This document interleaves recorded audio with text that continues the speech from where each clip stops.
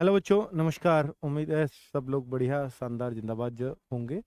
बच्चे, आज जो वीडियो के बीच में थोड़ा सा समय मिल गया, मुझे भी पता है कि आप लोगों का थोड़ा टाइट रहा होगा माहौल कि कितनी क्लासेस चल रही हैं, तो मुझे भी टाइम निकालना मुश्किल हो गया कि मैं किस टाइम ये वीडियो करूं, है ना। फिर 5 के बाद मुझे भी टाइम मिला, तो अभी रात के 11 तक आपकी क्लासेस चलती हैं, तो मैंने सोचा कि दो क्लासेस के बीच में आपको डिस्टर्ब करता हूं। तो इसके तुरंत बाद आपकी जीएस की क्लासेस होने वाली हैं, प्रैक्टिस सेट जीत सर लेने वाले हैं। जस्ट मैं 5 मिनट आपके लूंगा बस। एक बहुत बड़ी खबर आई है, बहुत अच्छी राहत वाली है। बहुत सारा बच्चा परेशान था, लगातार हमारे पास कॉल्स थे कि सर मेरे फॉर्म में ये गलती हो गई है, फलानी गलती हो गई है, ढेकनी गलती हो गई है।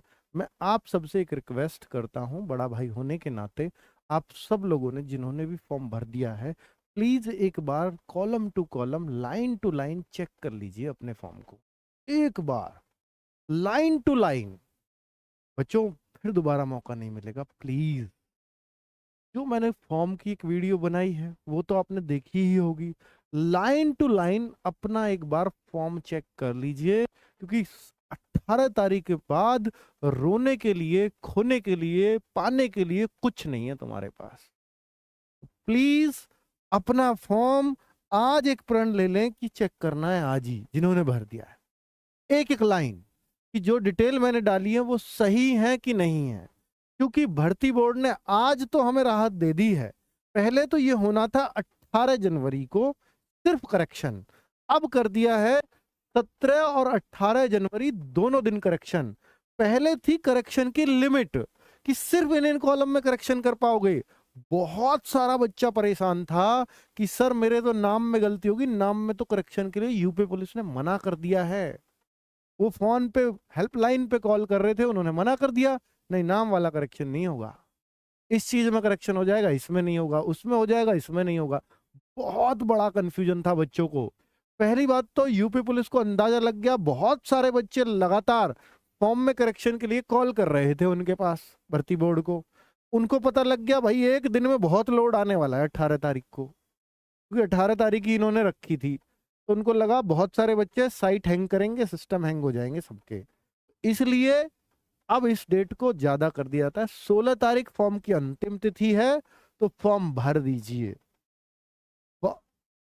इसकी डेट एक्सटेंड होने के भी चांसेस नहीं है। खिलाड़ियों की भर्ती के चांस बढ़ गए, मतलब वहां एक्सटेंड हो गई है, लेकिन यहाँ डेट फॉर्म भरने की नहीं बढ़ा रहे हैं ये, क्योंकि ये कह रहे हैं हमें एग्जाम जल्दी कराना है, और एग्जाम 18 फरवरी को होकर रहेगा।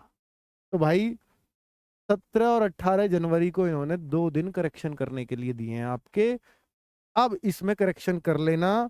मैं आप लोगों से ये कहूंगा अब कि पहले तो इन्होंने जो ये कर रखा था ना, इसमें करेक्शन कर लीजिए, उसमें मत करिए। बच्चों ने कॉल करके उनको बता दिया कि मेरी ये गलती हो गई, ये हो गई, ये हो गई, मेरा क्या होगा, मैं क्या मर जाऊंगा, ये कर जाऊंगा, गिर जाऊंगा।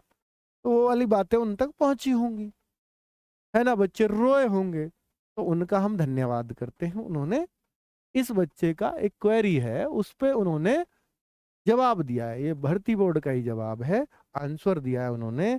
Application edit will be enabled on 17th and 18th for all stages completed and registered application. All fields are allowed for editing. बच्चों, हर फील्ड में आप एडिट कर सकते हो जो भी आपने फॉर्म में फिल किया है। तो इसलिए अब परेशान होना बंद कर दीजिए। जिनके भी फॉर्म में गलती हो गई है तो खुश हो जाओ, एक मौका आपको भर्ती बोर्ड दे रहा है हर कॉलम को एडिट करने का। एक बच्चे ने, अभी मैंने फोटो देखा कि ये फोटो का कॉलम है, उसने फोटो सिर्फ इतने में, अपना भी चेक करना, इतने में स्कैन कर रखा, बाकी ये व्हाइट व्हाइट स्पेस खाली है। तो वो रिजेक्ट होगा अगर ये फोटो चेंज नहीं करेगा। बच्चा, बच्ची है, रिजेक्ट 100%। आपका ये साइन है, साइन लाइन वाला पेज स्कैन कर दिया, साइन ऐसे आ रहे हैं और लाइन आ रही है बीच में, रिजेक्ट होगा। व्हाइट पेपर पे करो ना यार साइन, अपना ऐसा रखिए, साफ सुथरा स्कैन कीजिए यार। ये फोटो आप इतने कर रहे हो, ये स्पेस किस लिए, फोटो पूरे में आए जो स्पेस है वहां, ठीक है, वरना फॉर्म में दिक्कत आएगी। और भाई मैं कितनी बार कह चुका हूं कि आपका जाति प्रमाण पत्र और ओबीसी का और ईडब्ल्यूएस का वही इस फाइनेंशियल ईयर 1 अप्रैल 2023 के बाद के चाहिए, फॉर्म की लास्ट डेट से पहले के चाहिए, 16 जनवरी से पहले पहले। लेकिन एससी का सर्टिफिकेट कोई कंडीशन नहीं है, पुराना भी चलेगा। अब आप बहुत सारे बच्चे मूल निवास को लेकर कंफ्यूज हैं, मूल निवास की कोई कंडीशन नहीं है, पुराना भी चलेगा। तो भाई आप क्यों परेशान हो रहे हो? आपको बार बार बताया जा रहा है। दूसरी बात बच्चों कि भाई 17 और 18 जनवरी का वेट कर लीजिए, दोनों दिन करेक्शन कर लीजिएगा। अपना फॉर्म आज ही प्रिंट ले लो, सबको चेक करना है कि जो भरा है वो सही है कि नहीं। अब बहुत सारे बच्चे खाकी सीरीज को लेकर भी बहुत परेशान हैं। पहले तो ये कि मैं कब चलेगी कब चलेगी, अब यूं परेशान सर हम क्या क्या करें, हम कितना करें, हम कितना पढ़ें। बात सही है बच्चों, इतना पढ़ा भी नहीं जा सकता। फिर कह रहा हूं आपसे, अगर आप ये सोचते हो कि RWA की एप्लीकेशन पर यूट्यूब पर जो क्लास चल रही है सबको सटक लूं, हो ही नहीं पाएगा, संभव ही नहीं है। और अगर उसने सटक भी लिया जबरदस्ती, सिलेक्शन नहीं होने का। हमें चलाना पड़ेगा हर चीज, क्योंकि RWA हर एक बच्चे को, यार देखो एक बच्चा ऐसा जिसके 3 सब्जेक्ट कम स्ट्रांग है, उसको एक सब्जेक्ट की नीड है, तो एक सब्जेक्ट को स्ट्रांग करने की कोशिश करो। ये नहीं कि RWA पे हर चीज चल रही है तो मैं हर चीज लूं। हमें हर बच्चे के हिसाब से पढ़ाना है। अब आपके सर अब जीएस की मान लो 5-5 6-6 क्लासेस ले रहा है। जीएस एक छोटा सा सब्जेक्ट है जो आपका 1/4 पार्ट में आना है। अब चूंकि हमें पता कि यार देखो बाकी एक बच्चा तो ऐसा है कि उसकी हिंदी, मैथ्स, रीजनिंग सब स्ट्रांग है। अब उसको तो यार पूरा टाइम वो जीएस पे दे दे, कोई दिक्कत नहीं है, तो हमें तो उसको भी पढ़ाना है। एक बच्चा ऐसा है ना हिंदी स्ट्रांग है, ना मैथ स्ट्रांग है, ना रीजनिंग स्ट्रांग है, और वो जीएस की भी 5 क्लासेस ले रहा है एप्लीकेशन पे। अब यार ये तो बुद्धिमानी नहीं है। ठीक है, आपकी बुद्धिमानी वही होगी कि ठीक है मेरा जो सब्जेक्ट वीक है उसकी मैं क्लासेस लूंगा प्रॉपर एप्लीकेशन में, लेकिन मेरी अगर सब कुछ वीक है तो मैं जीएस की क्लासेस स्किप कर सकता हूं।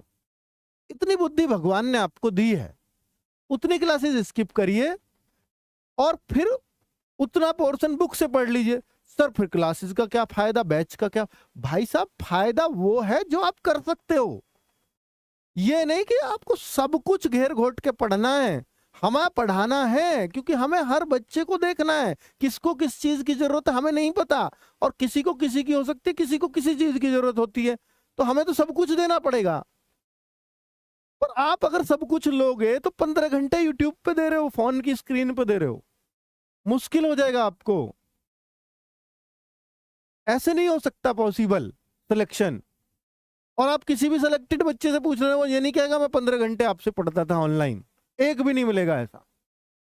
हाँ ठीक है, आप ये सीरीज कर रहे हो बहुत बढ़िया है बेटा, मैं आपके सिलेक्शन की चिंता है, मुझे ये चिंता नहीं है कि आप ये पढ़ो मत पढ़ो, उसको पढ़ो उसको पढ़ो सबको पढ़ो। मैं तो जिस दिन लॉन्च करूंगा मैं तो बताऊंगा भैया ये क्लासेस हम लोग चलाने वाले हैं, आपको जरूरत है तो लीजिए, नहीं जरूरत है तो खाकी बैच करिए। सब कुछ तो बताया है आपको, और जिनका पूरा है कोर्स वो इनको जरूर लीजिए, ये बोला है। और मैं हमेशा इस तरह से ही बोलता हूं, मैं तो ये नहीं कहता कभी कि सबको लेना जरूरी है, नहीं। ठीक है, तो थोड़ा सा प्लीज कंट्रोल करिए, इतना भी मत डरिए एग्जाम से कि डर के 15 घंटे आप पढ़ रहे हो बस ऑनलाइन पढ़ रहे हो, नहीं होगा ऐसे सिलेक्शन। ठीक है, अपनी चीजों पे फोकस करिए कि मैं किस चीज में वीक हूं और किस चीज से मेरा सिर्फ मॉक टेस्ट से काम चल जाएगा। मिनी मॉक में चलाने वाला हूं 15 जनवरी से, कि मेरे को यार इस चीज का सिर्फ मैं मिनी मॉक कर लूंगा मेरा काम हो जाएगा। चाहे वो मैथ्स हो सकती है, चाहे वो रीजनिंग हो सकती है, चाहे वो हिंदी हो सकती है, चाहे वो जीएस हो सकती है। और जिस चीज को आप कर सकते हो मिनी मॉक से उसकी मत लीजिए क्लास, जिस चीज का प्रैक्टिस सेट से कंप्लीट कर सकते हो उसकी क्लास मत लीजिए, जिस चीज को आपको क्लास से कॉन्फिडेंस आ रहा है उसका प्रैक्टिस सेट मत लीजिए। आपको एनालिसिस करना है। आप क्लास प्रैक्टिस सेट जब लीजिए जब मेरी वहां तैयारी पूरी है, मैं अब इस चीज को चेक कर लेता हूं कि मैं कितना कर पाता हूं प्रैक्टिस सेट, तो फायदा है प्रैक्टिस सेट का। ठीक है, चलिए बच्चे, तो ये सारी बातें मुझे आपको बतानी थी, बस बाकी सब डिसीजन आपके हैं। बच्चा बड़े भाई होने के नाते मेरे को गाइड करने का काम है। ठीक है, धन्यवाद, नमस्कार।